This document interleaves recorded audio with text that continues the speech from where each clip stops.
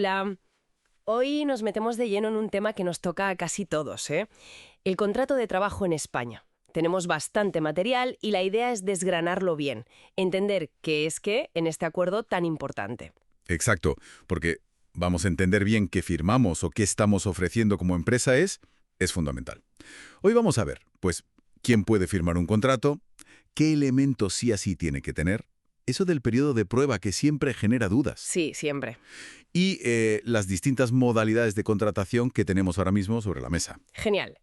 Pues si te parece, empecemos por el principio. Lo más básico. ¿Qué es en esencia un contrato de trabajo?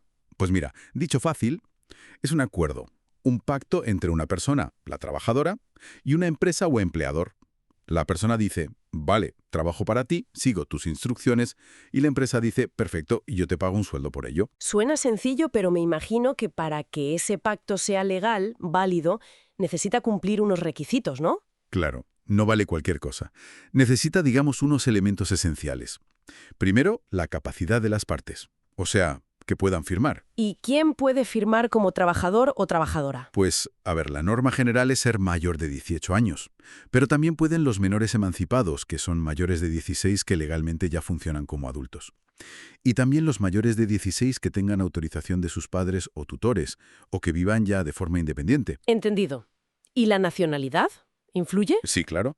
Los ciudadanos de la Unión Europea tienen libre circulación. Pueden trabajar sin más, pero la gente de fuera de la UE necesita una autorización administrativa para trabajar y para residir aquí. Importante ese punto. Y ojo siempre con los menores de edad. Tienen una protección especialísima. Nada de trabajos de noche, ni peligrosos, ni insalubres. Tampoco pueden hacer horas extra ni trabajar más de 8 horas al día. Ni siquiera con permiso. Para ciertas cosas muy específicas, como espectáculos públicos, los menores de 16 sí pueden trabajar, pero necesitan una autorización laboral especial, caso por caso. La protección es máxima. Vale. Eso por el lado de quien trabaja. Y por el otro lado, el del empresario. ¿Quién puede ser? ¿Solo sociedades limitadas y anónimas? ¿Qué va para nada? Puede ser una persona física, un autónomo, por ejemplo, siempre que sea mayor de edad o menor emancipado. O incluso un menor, pero a través de sus representantes legales. Ah, mira. Y luego, claro, las personas jurídicas, sociedades mercantiles, SL, SA, asociaciones, fundaciones, e incluso figuras como una comunidad de bienes. Piensa en una comunidad de vecinos que contrata a un conserje. O sea, bastante amplio. Sí, lo importante es quién asume el rol de empleador. Y esa figura tiene unas obligaciones administrativas clave. ¿Cómo cuáles? Pues tiene que comunicar todos los contratos que hace al Servicio Público de Empleo, al SEPE. Tiene que darle una copia básica del contrato al trabajador. Ajá. Y, fundamental, tiene que gestionar el alta del trabajador en la seguridad social. Y luego las bajas y, sobre todo, pagar las cotizaciones. En la famosa cotización a la seguridad social, que a veces se ve como un coste, pero es mucho más, ¿verdad? Uf, desde luego. Es que esa cotización es la aportación que hacemos todos, empresas y trabajadores, para sostener el sistema de protección social. De ahí sale el dinero para las pensiones de jubilación, para las prestaciones si estás de baja por enfermedad, para el desempleo Y la sanidad. y la asistencia sanitaria pública, claro. Es un pilar básico de nuestro estado del bienestar. Sin cotización no hay derechos sociales. Queda clarísimo. Hablemos ahora de la forma del contrato. ¿Tiene que ser siempre un papel firmado o vale un acuerdo verbal? Pues mira, puede ser verbal o escrito. Cualquiera de las dos partes, eso sí, puede exigir en cualquier momento que se formalice por escrito. Ah, vale. Pero ojo, hay muchos casos en los que la ley sí exige que sea por escrito sí o sí. ¿Por ejemplo? Pues los contratos formativos, tanto el de alternancia como el de prácticas. Los contratos a tiempo parcial, los fijos discontinuos, el contrato de relevo, los contratos a distancia o teletrabajo, también los de trabajadores españoles que se van a currar al extranjero para empresas de aquí, y los temporales, que duren más de 4 semanas. Entre otros. O sea que, en la práctica, muchos contratos habituales requieren la forma escrita. Exacto.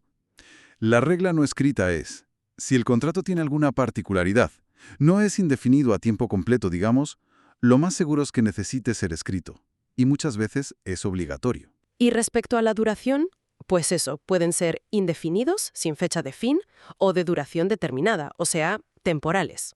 Y si es por escrito, ¿qué información mínima debe contener ese documento? Para que sea válido y claro, pues lo esencial para que no haya dudas. Primero, identificar bien a las partes. ¿Quién es la empresa y quién el trabajador? Con sus datos. La fecha de inicio de la relación laboral. Y si es temporal, pues su duración prevista. Lógico. El domicilio social de la empresa, o al menos el centro de trabajo donde va a currar la persona. La categoría profesional o el grupo profesional del puesto. El puesto, claro. El salario. ¿Cuánto se va a cobrar? Detallando el salario base y los complementos si los hay, y cada cuánto se paga, normalmente al mes. La jornada de trabajo. ¿Cuántas horas al día, a la semana, al año y cómo se distribuyen? Las vacaciones también. Sí, la duración de las vacaciones. Y los plazos de preaviso, que hay que respetar si alguna de las partes quiere terminar el contrato. Y muy importante, el convenio colectivo que se aplica, si es que hay alguno aplicable. El convenio colectivo, eso daría para otro programa entero. Uf, sí, pero es clave porque suele regular muchísimas cosas. Salarios mínimos por categoría, jornada, permisos, vacaciones. Normalmente mejora lo que dice la Ley General, el Estatuto de los Trabajadores. Entiendo. Y todo eso, claro, firmado por ambas partes. Por supuesto, la firma es la prueba del acuerdo. A veces, además de todo esto, en los contratos aparecen unas cláusulas un poco particulares, de permanencia, de no competencia después de irte. ¿Son legales? Sí, son pactos adicionales que se pueden añadir. La cláusula de permanencia, por ejemplo, suele ser a cambio de que la empresa te pague una formación muy específica y cara. Te comprometes a quedarte un tiempo. Ajá. La de no competencia postcontractual busca evitar que te vayas a la competencia directa justo al salir, si tienes información sensible. Y la de confidencialidad, pues obliga a no divulgar información interna de la empresa. Son legales, pero tienen requisitos y límites muy estrictos. No se puede pactar cualquier cosa. Y si hay pacto de no competencia después, la empresa tiene que compensarte económicamente por ello. Interesante. Venga, pasemos a otra cosa que siempre está ahí al empezar, el periodo de prueba. ¿Es obligatorio que haya uno? No, no es obligatorio para nada. Es opcional.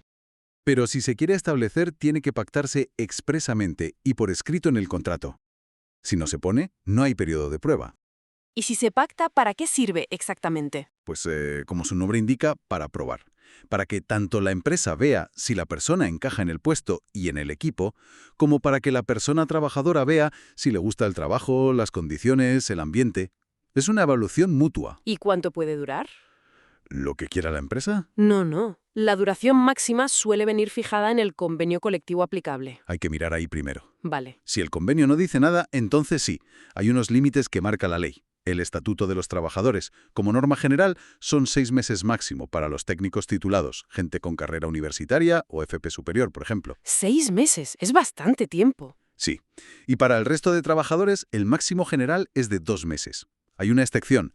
Si la empresa es pequeñita, menos de 25 trabajadores, ese periodo para los no titulados puede ser de hasta 3 meses. Entiendo. ¿Y si el contrato es temporal? Si el contrato es temporal, de duración determinada, y no dura más de 6 meses, el periodo de prueba no puede ser superior a un mes, salvo que el convenio diga otra cosa, claro. ¿Y durante ese tiempo de prueba tienes menos derechos o algo así? ¿Te pueden echar más fácil? A ver, durante el periodo de prueba tienes exactamente los mismos derechos y obligaciones que el resto de la plantilla. Cobras tu salario, cotizas a la seguridad social, tienes derecho a vacaciones en la parte proporcional. O sea que eres un trabajador más a todos los efectos. Exacto.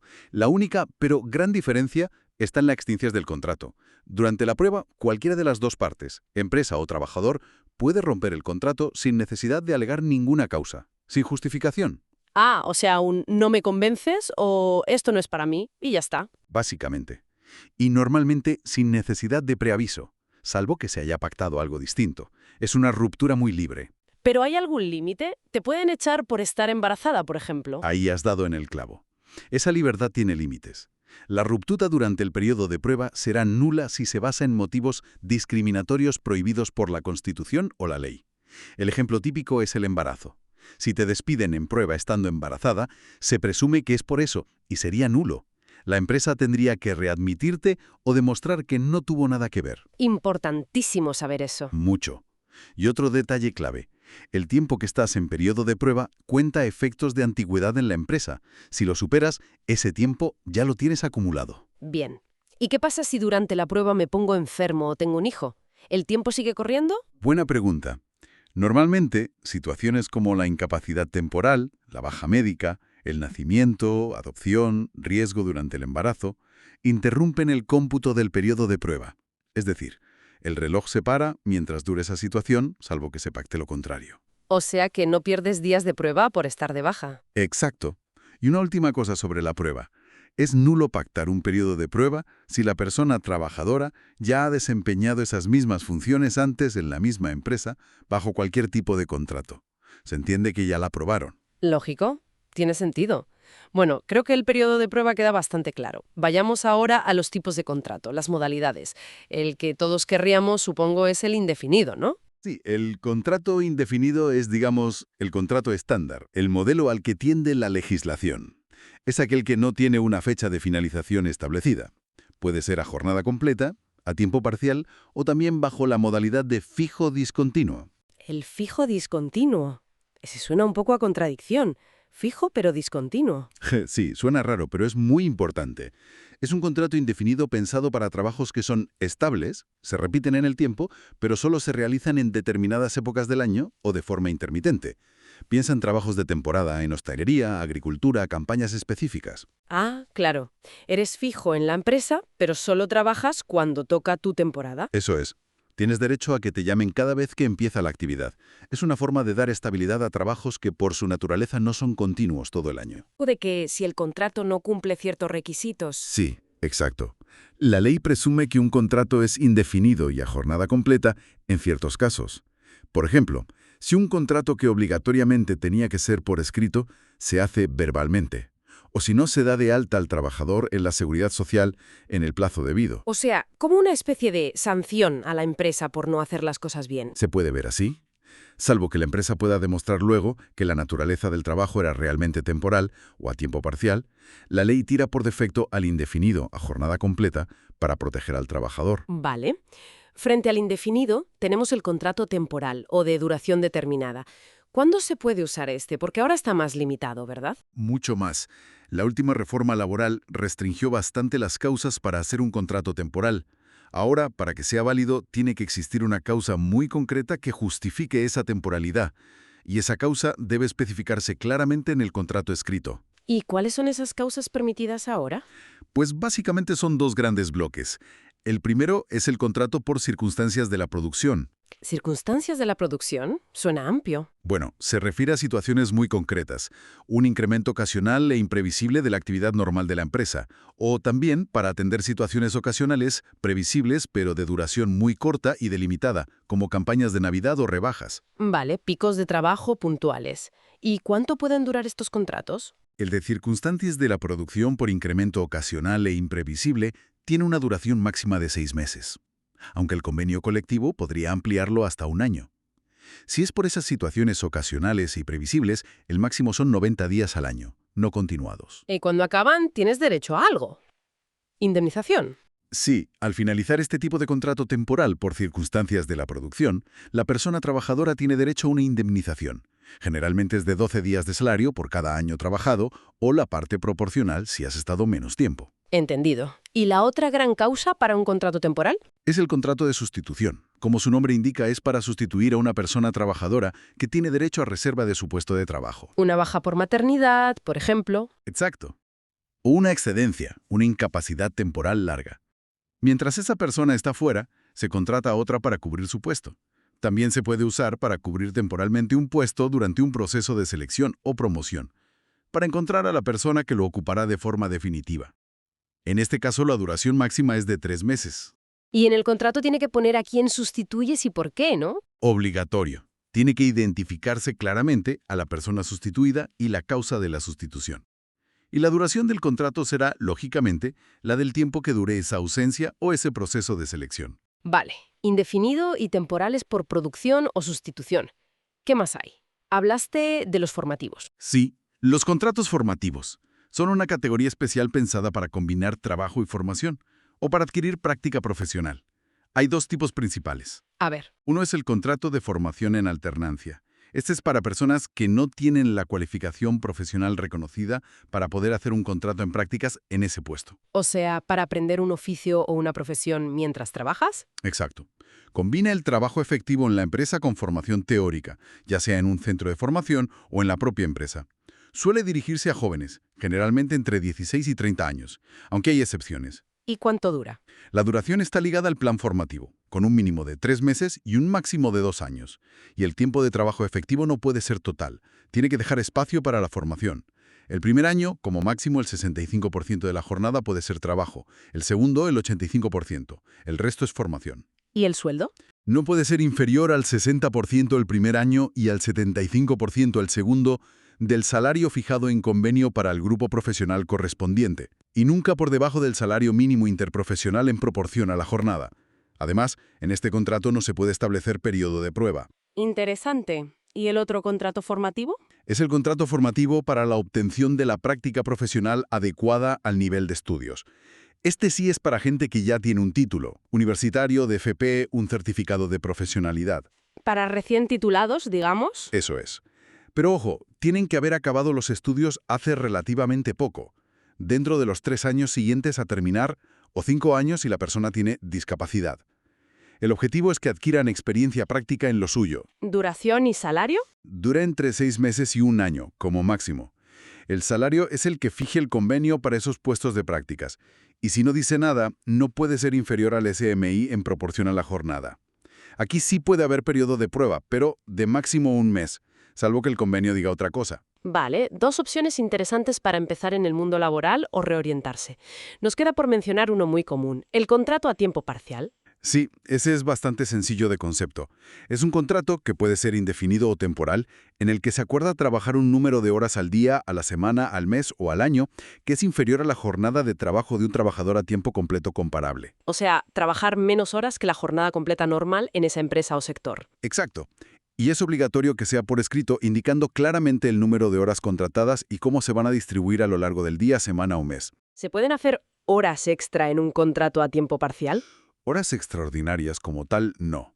Lo que sí se puede, si se pacta por escrito, es realizar horas complementarias. Son horas adicionales a las pactadas en el contrato, pero con unos límites y requisitos. Entendido. Y ya para ir completando el panorama, a veces las empresas no contratan directamente, sino que recurren a terceros. Las ETTs, por ejemplo. ¿Cómo funciona eso? Las empresas de trabajo temporal, las CTT, son empresas cuya actividad consiste en contratar trabajadores para luego cederlos temporalmente a otra empresa, que es la que llamamos empresa usuaria. O sea, la ETT es tu empleador formal, pero trabajas en otra compañía. Correcto. La ETT te contrata, te paga el salario, cotiza por ti, pero el trabajo lo realizas en las instalaciones y bajo la dirección de la empresa usuaria. Es muy importante saber que estos trabajadores cedidos por ETT tienen derecho a exactamente las mismas condiciones laborales esenciales, salario, jornada, descansos, vacaciones, que tendrían si hubieran sido contratados directamente por la empresa usuaria para ese mismo puesto. Igualdad de trato, entonces. Total. Y las ETT solo pueden ceder trabajadores para cubrir las mismas necesidades temporales que permitirían un contrato temporal directo, como las circunstancias de la producción o la sustitución, no para cualquier cosa. Y eso es distinto de una subcontrata normal, ¿no? Sí, muy distinto. En la subcontratación de obras o servicios, una empresa contrata a otra para que realice una parte de su actividad con sus propios medios y trabajadores. No es una simple cesión de personal, es otra figura diferente. Vale. Creo que hemos cubierto bastante terreno. Si tuvieras que resumir la esencia de todo esto, ¿con qué nos quedamos? Pues, yo diría que la idea principal es que el contrato de trabajo es el documento legal que formaliza y regula una relación laboral. Define quiénes son las partes, qué se espera de cada una y bajo qué condiciones. Hemos visto que hay requisitos de capacidad, de forma, escrita en muchos casos, de contenido mínimo, que existe la figura del periodo de prueba con sus reglas, Ajá. y que hay un abanico de modalidades. El indefinido como norma general, incluyendo el fijo discontinuo. Los temporales como excepción muy justificada, producción o sustitución. Los formativos para aprender o practicar y el tiempo parcial. Y la opción de la CTT para necesidades temporales. Eso es. La conclusión es que no es un tema trivial, es un marco legal complejo y muy detallado. Conocer bien estas reglas sobre la forma, la duración, el contenido, los derechos durante la prueba, las diferencias entre modalidades, es fundamental. Tanto si buscas trabajo como si contratas gente, ¿no? Exacto. Para moverte con seguridad en el mundo laboral, ya seas trabajador, empresario o gestor de recursos humanos, necesitas entender este marco. No vale el más o menos o el creo que era así. Totalmente de acuerdo. Y bueno, ya para cerrar y saliendo un poco de lo puramente técnico que hemos visto, lanzo una reflexión. A ver, Más allá de cumplir la ley, que por supuesto hay que hacerlo, ¿cómo crees que influye en la dinámica de un equipo, en el compromiso de la gente, en la cultura de una empresa, el tipo de contratación que predomina? ¿Es lo mismo un equipo lleno de contratos temporales que uno donde prima la estabilidad indefinida? buena pregunta. Da para pensar, ¿eh? Ahí lo dejo. Algo sobre lo que reflexionar después de este repaso a la letra de la ley. Desde luego. Un punto muy interesante.